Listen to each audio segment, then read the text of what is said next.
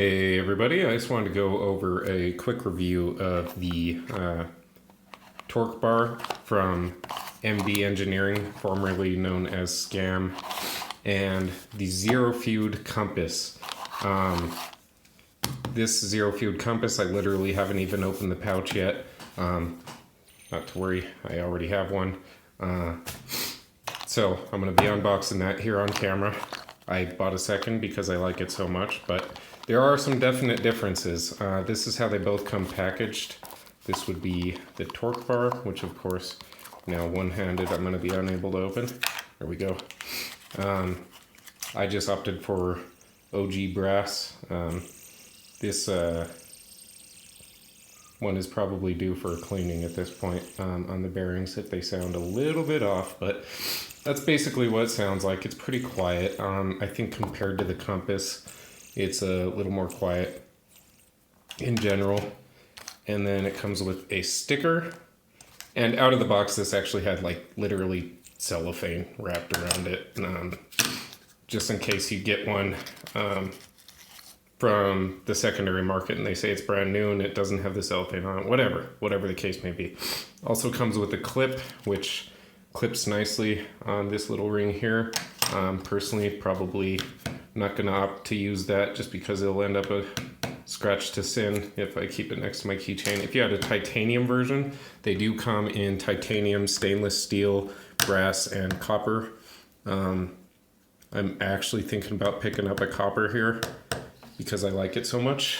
But again, I like the compass so much that I bought two of the same exact material. Same materials actually are available for the compass. Currently, only a couple of those materials have fully shipped. This is how the compass comes packaged. As you can tell, actually, you're gonna have to bear with me for a second. Oh, never mind, I got it.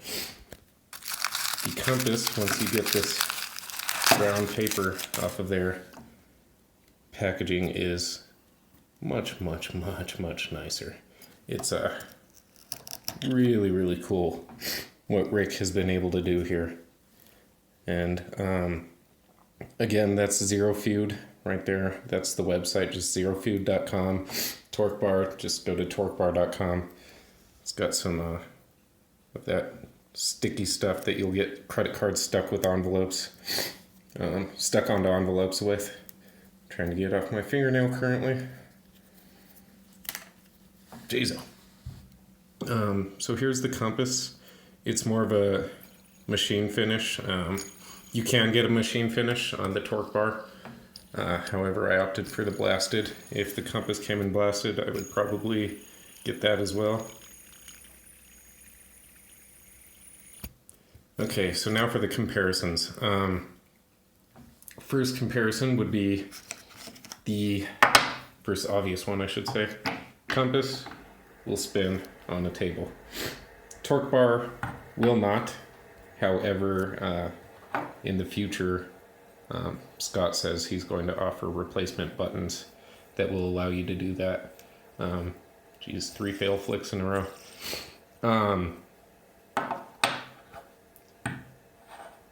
Also, the button is, in my opinion, again, this is kind of a comparison and review, much less comfortable on the TorqBar. That being said, once you get used to it,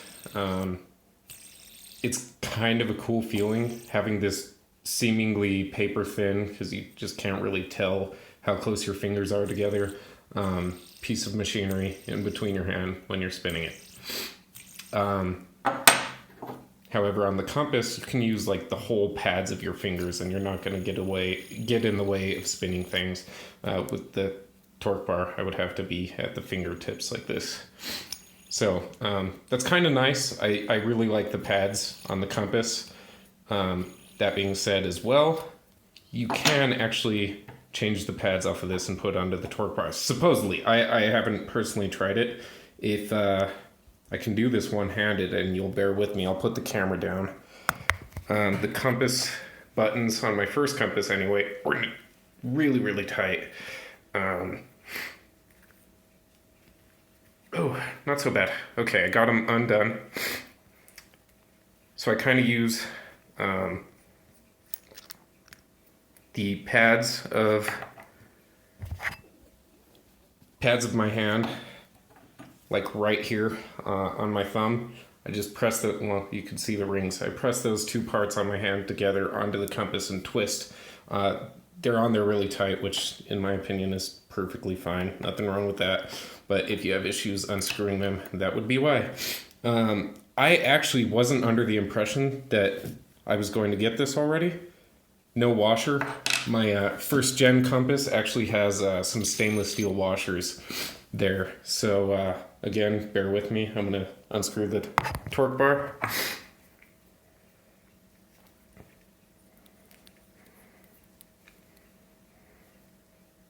Probably should have done this at the end, to be honest with you.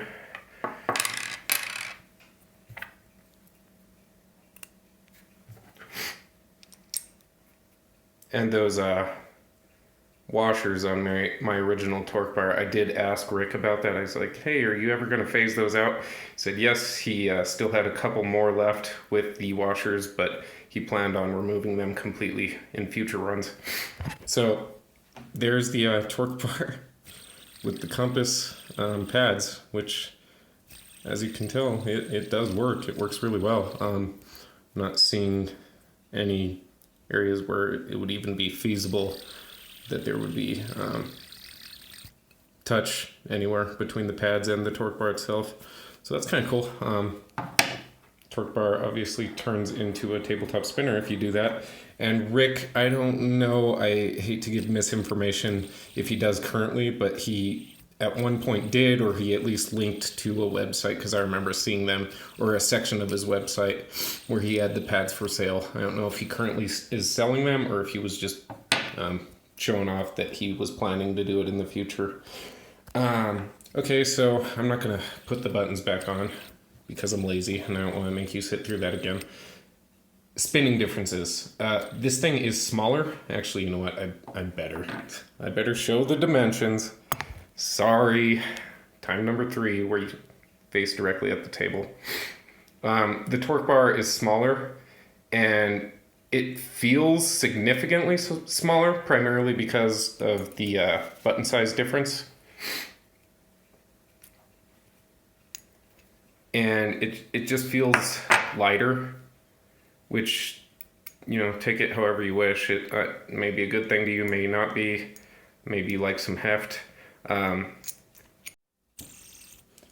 had the compass first, and when I originally got the TorqBar, I was actually a little bit disappointed that I couldn't feel so much gyroscopic effect when I moved it around. With the compass, you definitely feel it more. But, you know, once you kind of get used to that, it's not really a part of playing with it, is feeling that gyroscopic effect anyway. So I thought I would miss it. I really don't.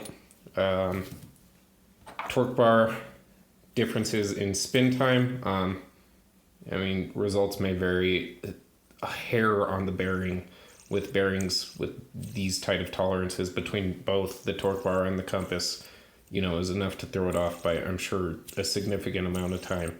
But TorqBar, I personally haven't gotten it to spin as long as my compass. My original compass, I haven't obviously timed that one yet. But TorqBar, I get like 5.5 minutes, somewhere around there, which is plenty. Compass, I actually get, what was my record time? It was 7 minutes and 25 seconds two-handed, and like 6:30 for one-handed. This one is, yeah, spinning like a dream, so I don't doubt that it's going to be much different. I guess I should put these side by side at some point. So there they are together. So again, the compass is slightly bigger. Let's do a width shot if we can. I'm kind of OCD about metals on metals, but there we go. There's the width. So about the same thickness between the TorqBar and the compass, if you don't consider the pads. The pads are obviously, again, wider. I actually like the way the compass feels when you flick it. This sharp edge here along the edge gives you more grip. Like doing a 2-finger flick like this, you could absolutely feel it snap off of the tip of your finger. Same with obviously that way. You could feel it just completely snap off of your finger. Personally, I like that. It feels like I can spin it faster one-handed than I can with this. Is it true? Maybe not. I mean, you can't tell the difference visually, but it just feels like I'm getting more torque out of my snap when I do it with the compass. Again, they're both awesome. It really kind of depends on what you're looking for. If you want a tabletop spinner, cool. Get the compass, at least right now. But I mainly wanted to make this because there have been some speculations that the maker of the TorqBar and a lot of the people that are huge supporters of the TorqBar think that this is by far, by and large, the best spinner there is out there. Undoubtedly, one of the best, if not the best, if it's something that you're into. Compass, however, is not an inferior product, not in any way, shape, or form, in my opinion. I'm super, super happy with mine. After I got my TorqBar, I ordered a second compass again. So obviously, I have no qualms against the compass. I like them both for different reasons. But to be honest with you, I think I like the compass more, primarily because, again, I can be more lackadaisical with my finger placement. The TorqBar, I tend to get a little bit of a finger cramp, like up in here and down here in my thumb, just because I have to use the very tips of my fingers, so I'm not scraping on the edge of the weights. Other things to consider: TorqBar, been around longer, and thus, and also just due to its overwhelming popularity, there are numerous people making custom cases that are 110% form fit, like leather that wraps perfectly around one side so you could pull it out and it like spins as you pull it out and everything else. Just completely form fit cases. Compass hasn't been around as long, maybe doesn't have the overwhelming amount of support behind it, so you can't get those form fit cases so easily. I'm sure you could find somebody to make them for you, but they're not just readily available at blah blah blah case.com or whatever the case may be with TorqBar. Not exactly that simple to find for this either, but they are out there. That being said, if it's not a super tight tolerance fit case, 99% of them fit the compass. And that also being said, compass again has superior packaging, so if you really want to, you could toss it in this pouch if you want to walk around with that all day. So yeah, I'm impressed that the buttons already don't have the stainless steel washers. I thought I was going to get another run with washers, so I'm pretty excited about that. Those were, obviously not a huge deal, but when you're cleaning the bearings and you have to make sure not to lose a washer, that was kind of a pain. But other than that, I have no complaints, and again, that's already fixed, so I have no complaints with the compass. I love it. It's a fun little thing. The other thing I like about the compass, and this is just a weird little thing of mine, I let it kind of dig into the skin right there on my finger, and I can pop it out. Not looking at a camera, apparently, but I can pop it out and do a one-finger flick like that, and get some significant spin on it, and I really like that. You could do it with the compass, but again, the TorqBar, but I've probably interchanged the names a few times. TorqBar, compass. You could do it with the TorqBar, but its rounded edges don't lend so well to that. Yeah, I guess that's about all I have to say without rambling, which I already have done. They're both great, but by and large, Rick, who makes the compass here, should not have any shape or any form of inferiority complex. It's a phenomenal product. I also like when you spin it, that kind of see-through area here due to the cutouts on the wings. And coming up pretty soon, here in a few weeks, as of November 25th, he's going to have some tri-spinners and some mini compasses, which are, I don't know the exact dimensions, but a little bit shorter. So if you are looking for something smaller that's a tabletop spinner, maybe look out for those. ZeroFeud.com for this one, ZeroFeud.com, and TorqBar, TorqBar.com, currently unavailable, both of these. However, these are going on in a couple of weeks. Blade HQ, actually Monday, will have these. I don't know what their stock is going to be like. Wave 3 of the TorqBar will be coming out, quote unquote, soon. Who knows when. And other than that, I guess that's all I have to say.